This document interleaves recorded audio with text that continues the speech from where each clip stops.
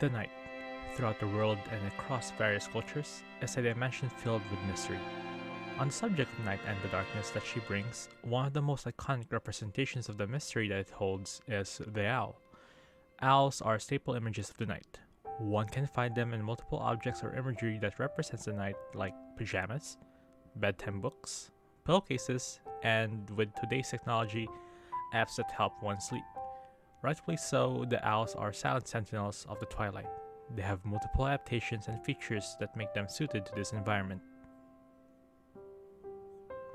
In this video, I address the subject of owls and their unique features. Furthermore, I shall introduce the largest species of owl in the world, Blakiston's fish owl, and how this magnificent creature compares to the various species of owls throughout the world in terms of diet, habitat, and any behaviors that they may have.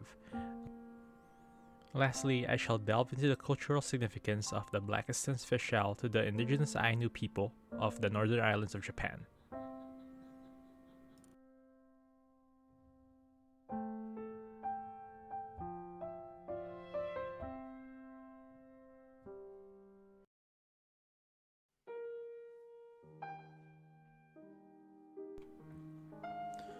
First of all, let's define what an owl is. Obviously, it's a bird, a nocturnal raptor to be specific. As a whole, owls produce these distinct hoo hoo sounds. They perch upright and have a round face, and as mentioned previously, typical owls are active from dusk to dawn, preferring hunting in darkness. And to do so, they have developed various adaptations that help them become excellent nocturnal predators.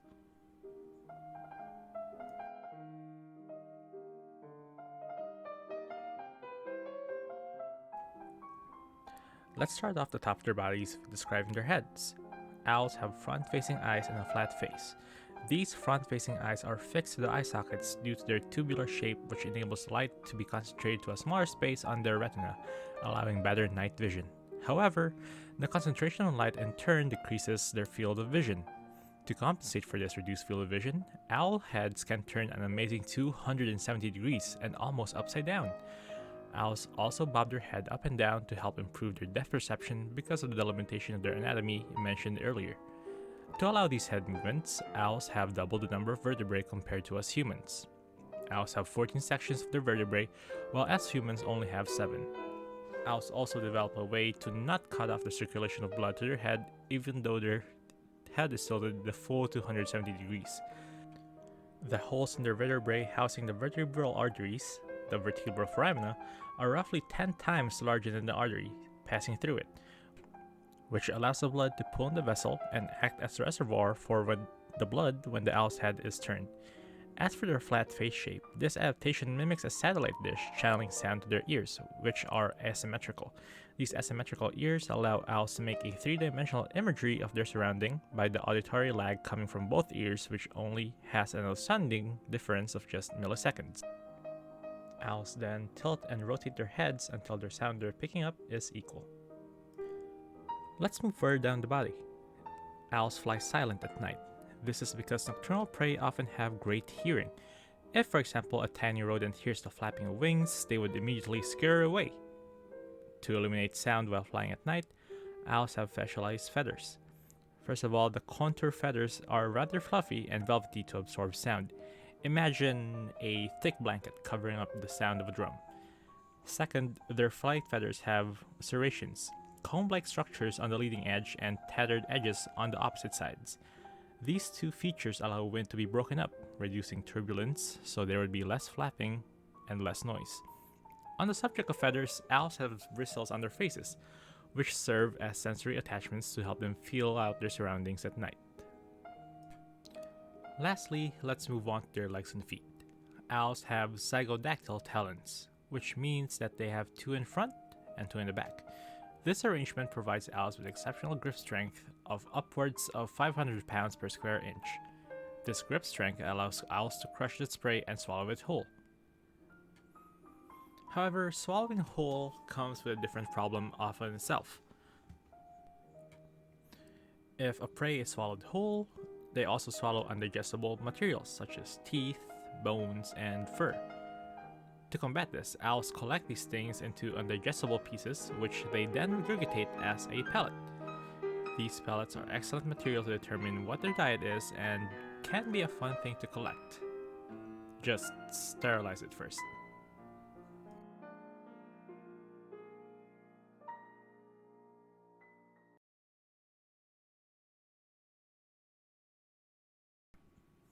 Now, on to the subject of this video, the world's largest owl, or the Blakiston's fish owl, or Bubo blakistoni. These owls were previously included in the genus Catupa, which described fish owls from the family Strigidae. They were moved to the genus Bubo after genetic analysis placed them as close relative of Eurasian eagle owls. They typically reside in southeastern Russia, in what is known as the Kuril Islands, and the northernmost and second largest island of northern Japan, known as Hokkaido. As mentioned previously, these are the world's largest living owl. They are, however, shorter in beak to tail length, with only 60 to 72 centimeters in length compared to the Eurasian eagle owl, of scientific name Bubo bubo, which is longer by only about 30 millimeters on average. Despite being shorter, Blakiston's fish owls trump the Eurasian eagle owl in terms of weight and wingspan. They weigh around 2.95 to 3.6 kilograms for males and 2.95 to 4.6 kilograms for females, with a wingspan of an astounding 178 to 190 centimeters.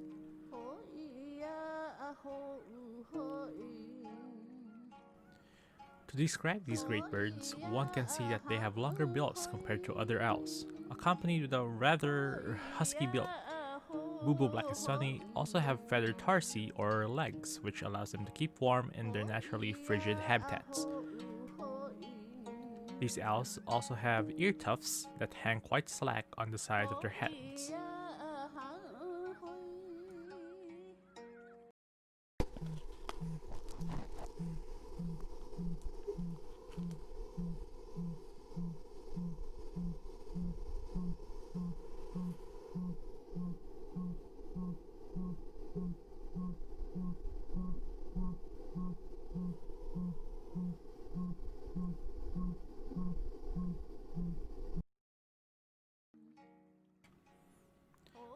That is the typical call for the Blakiston fish owl. These owls have a deeper tone in their call compared to other owls. They also perform a call and response behavior between males and females.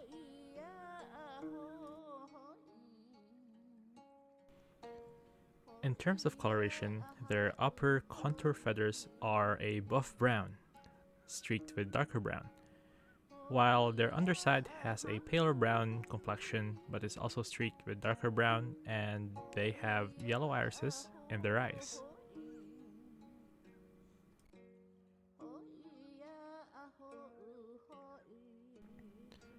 Let's move on to diet.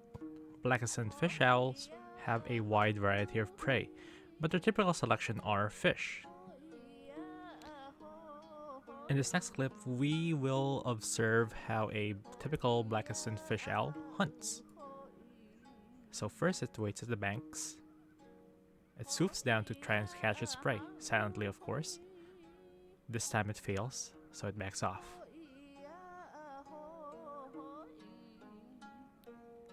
That's its prey, a freshwater fish.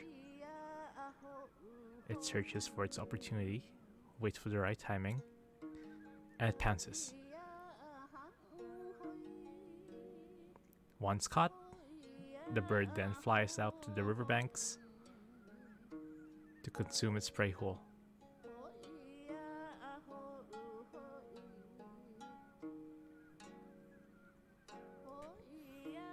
However, their prey isn't limited by fish. They also consume frogs, crustaceans, and occasionally small rodents. As for the reason that they hunt fish, I hypothesize that in the Blakiston's fish owl's natural environment, small mammals are hibernating during the winter months or just keeping warm, making them harder to find. On the other hand, there would be plentiful of cold water fish around during these frigid months. As a result, fish owls have adapted to hunting fish since they are a good source of sustenance.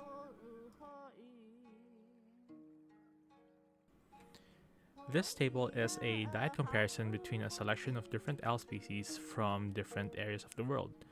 Across the board, one can see that owls are carnivores, typically consuming rodents, small mammals, amphibians, fish, and whatever opportunistic prey that they can get their talons on in their respective areas.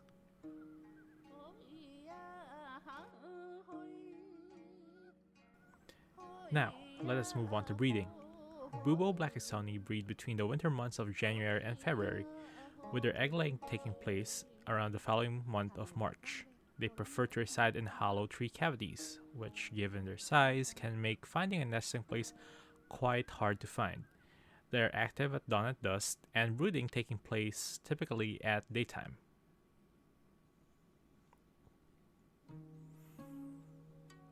Males and females appear similar physically, or monomorphic. To determine the sex ratio of 137 owl fledglings in Hokkaido, researchers use two methods. One is measuring the fledglings by weight, since females should be larger and heavier by weight, and to verify their sexing is correct, a second method is used, which involves PCR reactions. The result is that female fledglings are indeed heavier, weighing in at 1,962.2 grams or 1.962.2 kilograms on average, compared to the males with 1,855.2 or 1.8552 kilograms. Ratio-wise, however, females are fewer, with numbering 56 against the 81 of males in the 137 individual sample size.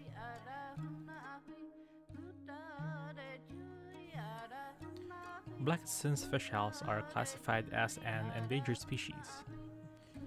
These magnificent animals were previously hunted in the regions that they reside in for food, but nowadays these practices are frowned upon and is uncommon.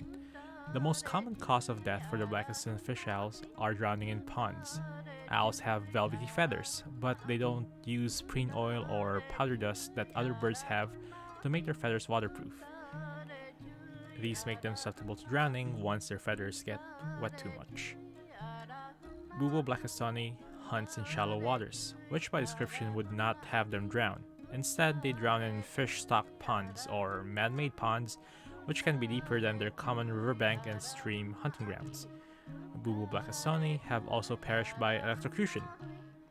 In developed cities in the islands that they reside in, these birds tend to perch in power lines, which makes it dangerous because of the current running through them.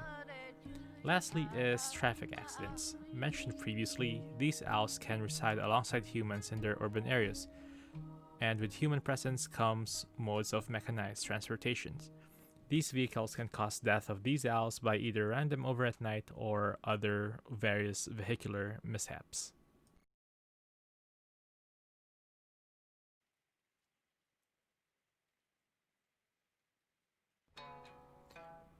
Lastly, let's examine their cultural significance to the indigenous Ainu people of northern Japan. The Ainu people have a distinct and colorful culture compared to the rest of Japan. However, despite their differences, the Ainu people and the general populace of Japan have similarities in their religious beliefs, being that certain animals or objects have an associated deity with them. The general Japanese language term or Nihongo term for these deities are kami, while the Ainu term for it is kamui. Blakiston fish owls have been deeply embedded in the Ainu culture.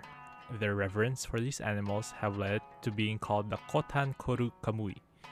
Kotan is what the term is for a typical Ainu village is. Koru means protector, and Kamui means deity. Put together, these owls are the gods that protect the villages.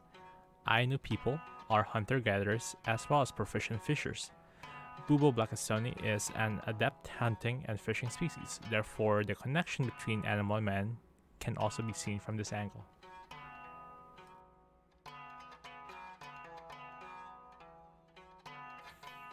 Well, that's all I have for this topic. If you, dear viewer, has made it this far, I humbly thank you for your patience. As words of finality, I implore you to explore the fascinating creatures of this world. Owls are just one of the marvelous wonders of nature, and their adaptations speak to the clever design that nature brings upon us.